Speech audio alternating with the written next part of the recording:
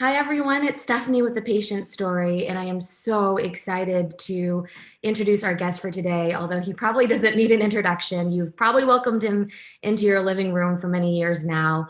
TV journalist, personality, meteorologist, author. Am I missing anything, Al?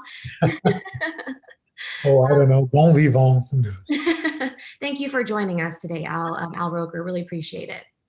Thank you. Thanks for having me. So, as I mentioned a little earlier, we're going to be talking to Al. Al, you as the patient for the patient story, and then Al as the advocate, because I know you've been very vocal about prostate cancer and screening. So, I wanted to start by asking, you caught your prostate cancer early, which is awesome. You were in the middle of a routine screening with PSA tests. So, my question is, when did you decide in your life, oh, this is important? How did you know that the PSA test was critical for you? I mean, you just knew about it. It was one of a battery of tests, that your doctor always took, along with the digital exam, which everybody, is the famous moon river, kind of thing. But you know about the PSA, and so it was just kind of like your cholesterol and your blood pressure, and it was just one more metric that you measured your health by. Okay, that's great. I think for some people it's this unfamiliarity about the PSA test, and so sounds like you were in the know about that. Your doctors let you know you had to take that test. From what I understand, Al, yours was early stage but aggressive. Did you get an actual stage number or Gleason score as we know it? Yeah, I had a 7+ Gleason score, so that wasn't terrific, obviously, and but again, it also speaks to having good access to good health care. My doctor, they could have easily said, "Well, let's just watch this," but it was like, "No, let's do an MRI." Did the MRI, didn't show any target areas, but I was like, "But this is still let's do a biopsy." And that's when it was like, well, we found this cancer. But then it wasn't really until they did the genetic testing on it at Sloan Kettering that it was like, oh, this is pretty aggressive. And there was a lot more of it than the biopsy showed. So, I was very fortunate. I had access to good doctors, and that's not to say other people's doctors aren't good or anything like that, but I had doctors who were good and aggressive, as aggressive, if not more aggressive than the cancer itself. So I think that if it had been more of a wait and see or whatever, my patient story might have been a little different. Yeah, absolutely. And we're so happy. I know that you look, from all accounts, you're doing well, right? So I wanted to ask too, just in terms of the testing, people get a little nervous. Oh, MRI, biopsy, these things sound very heavy. Can you just sort of give an overview of what that process was like? Well, look, it's not it's not a walk in the park per se. I mean, the MRI is a little easier, but if you've ever been in one of those MRI machines, you're laying there, you got to lay still. It's, I don't know what, 45 minutes, almost an hour of constant noise. And I mean, to be perfectly honest, it wasn't so bad for me. I mean, I think I literally took a nap 2 or 3 times because I'm always up early. The MRI was, I mean, the biopsy, you've got to get anesthesia and all that stuff. And, that's never pleasant, but, it's important. So, you put up with it. I mean, look, I've been through so many surgeries in the last several years that, okay, what's one more? Here we go. I mean, the most annoying part about it is really the IV needle. But other than that, it's you're under anesthesia, so you don't really realize it, and then you wake up and boom, you're done. I like that. Boom, you're done. And like you said, Al, it's important. Obviously, you have to go through it to figure this stuff out. I also read that, I know you went to that appointment when you got the diagnosis. You were by yourself. Um, Yeah, it was one of those things where, we did the biopsy and made an appointment for follow-up at the same time. So I didn't really think anything of it. I just assumed, I guess I kind of thought that if there was a problem, they were going to call. And so when my doctor, Dr. Stifelman, came in and closed the door, and he said, well, I always like to have these meetings face to face. That was kind of like my first, like, oh, wait, what? What does that mean? And then he kind of went into it.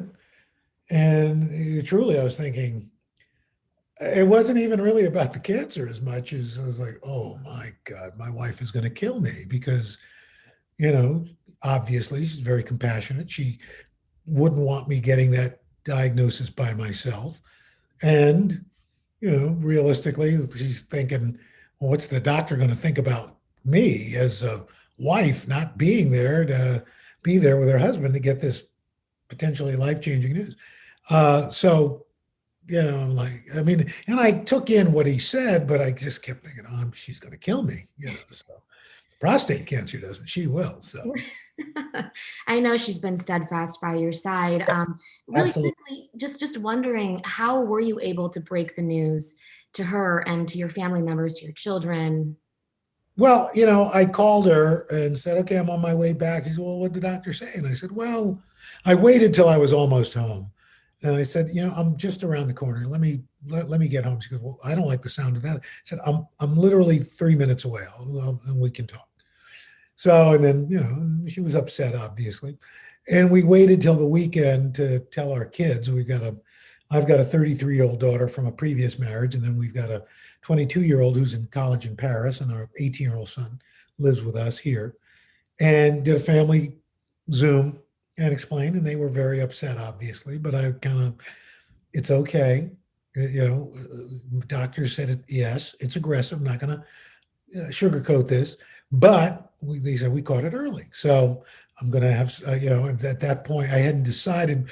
I mean, in my heart of hearts, I decided I was going to have surgery, but I wanted to, do due diligence, only because, I mean, I'm one of those people. The idea of it just in there and, well, we'll do the radiation and the cyberknife or the whatever, this focal thing. And then we have to wait to see, and I'm like, no, I don't, let's just get rid of this. So anyway, so they were, and as my son, Nick, is very sweet. He's a sweet boy, and he's got some learning issues. And he was really upset and was kind of acting. And then we realized it was happening right about the same time as Alex Trebek. And he was conflating pancreatic cancer with prostate cancer. So I think he thought I was a goner. And I was like, nope, nope, nope. Dad's going to be around a while longer to bother you. So it was tough on my middle girl because at the time, and still, it was stuck in Paris because of the pandemic, so she couldn't come over. Um, but it's they've been very supportive and happy that everything's turned out okay. Yeah, and we are too. And you've been such an inspirational voice for so many people, Al, truly. A few more questions on the patient side. Just, I know you did undergo the surgery, the prostatectomy, laparoscopic or robotic surgery. And again, it sounds daunting for people, right? So we like to put it in human terms. What was the surgery like? I know you were asleep for it, but what do you remember Yeah, it waking was. up? I will tell you, in August, ironically, I had the surgery done in end of September. No, end of November, beginning of November. Sorry, beginning of November. But I had a shoulder replacement in August, and I feel like that's more. I'm still doing rehab on that. Whereas, the most difficult part of this has been, you come home and you've got a catheter for a week, which it's not the worst thing in the world. It's not the greatest thing in the world, but it was less of a problem than I thought. And look, there are the issues of a little incontinence, a little erectile dysfunction, but that's rectified itself. And so, and then, in January, he went for the blood work, and, the PSA level was below 0.05. So now every 6 months, I go again in May, and every 6 months thereafter, blood work, knock on wood, it's 5 years with no problems, and then it's once a year. So, which, you do blood work once a year anyway. So, Right, yeah. right.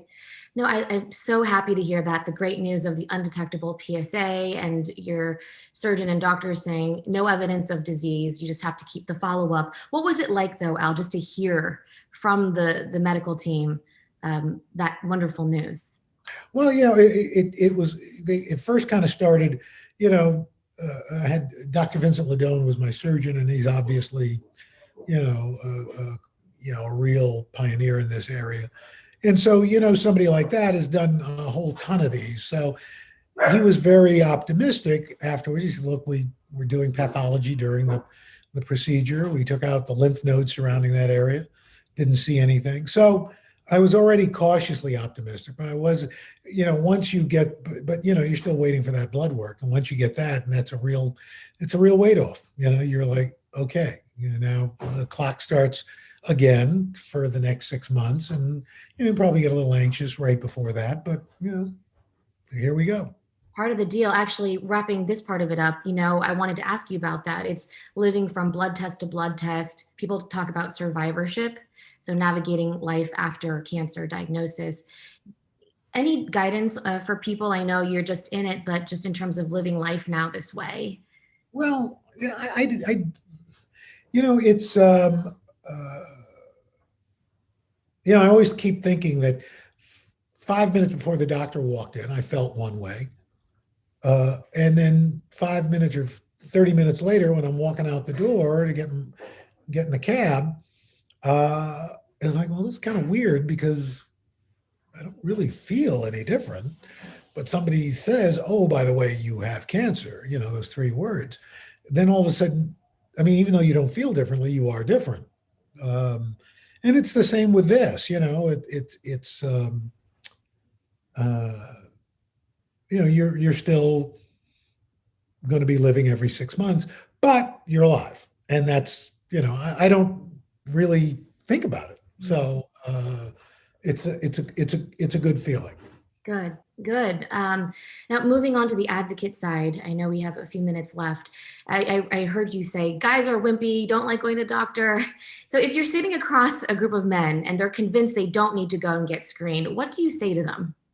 Well, I wouldn't understand it. I mean, listen, if you have problems finding healthcare or something like that, maybe, I guess. But if you're a guy who goes to the doctor, once a year for the physical, you're already there. What's the big deal? I mean, again, it's that finger moment, but that's and that was the funny because all along, doctors said, whenever I have the exam, oh, it doesn't seem swollen. You got a small prostate, which was great, but I just don't. If you're going to the doctor anyway, Right. why not? Get it done. Yeah. Yeah. And I know Al, very passionate about getting the message across to men of color, in particular African American men, who are 50% more likely to be diagnosed with prostate cancer compared to other ethnicities, and twice as likely to die from it. That's really a huge discrepancy here. So what would you like to get out specifically to African American men about taking this seriously? Well, I think there's you can ignore it at your own peril, but if you love your family, love what you do, love the people around you, you've got to do this. It's not, there's no stigma to it. So just, get it done. Make sure you're going to be around for your family. It is, look, it is imperative. There's more research being done, but until that happens, you got to make sure you're going to do what you can to uh, minimize your risks of disease. And this is a disease that we're more likely to get. And you just have to do it. There's no ifs, ands, or buts about it. Is there something in the messaging from the medical and scientific organizations that could be done better, do you think, to reach certain groups? Well, listen, I think I don't know that it's so much the messaging as it is. Um, I do think it's the access. That making sure that look, the current healthcare system is, you've got to. I'm not saying this in a negative sense, but it's a little bit of a factory to it. You've got to move. Doctors unfortunately have to move their patients through. There's, and these are not. I'm not saying that these are not dedicated doctors, and they don't care about their patients' health. They do, but they by the very nature of the way the healthcare system works now, you can't spend a lot of time. So if everything's okay, and the problem with prostate cancer is, there's generally no outward symptoms, but if there are, it's probably way too, you're pretty well down the line with the progression of the disease. So I think making sure that in communities of color, where there can be medical treatment deserts, just like there are food deserts and pharmacological deserts, pharmacy deserts. We got to make sure that there is access for this. And since you're talking about diversity, I just want to ask you about diversity in things like clinical trials, how people are able to come up with new treatments. Is there a message there about getting more diversity in the trials? Absolutely. I think, and look, you look at what we just went through in the pandemic, which obviously communities of color were far more impacted by the pandemic. But when it has come to the vaccine, there was a very huge push to have a real diversity in the folks who were tested, so that we knew that this was safe across, all ethnic groups and male and female and things like that. So I think, from a research standpoint, especially given that this, is far more impactful to men of color, the studies have to reflect that as well. Last question, Al, quickly, just what's the importance of the patient story, of people like you speaking out, of industries listening to patients? Well, I think, people have to, I think the problem with a lot of, especially in the medical industry, it's in a sense kind of cut and dry, especially when it comes to diagnoses, treatments, medical interventions, so that you tend to forget that these are people. And I don't think it's a malicious forgetfulness. It's just data, medical research, treatment. There are a lot of data points, but those data points come from people. And that's why personal stories are important. Thank you so much, Al, again, for joining us today. Can't wait to see what's up next for you, and we'll continue to follow along with your journey. So thank you. You bet, Steph. And everyone, you can find Al's interview at thepatientstory.com, where we give human answers to your cancer questions.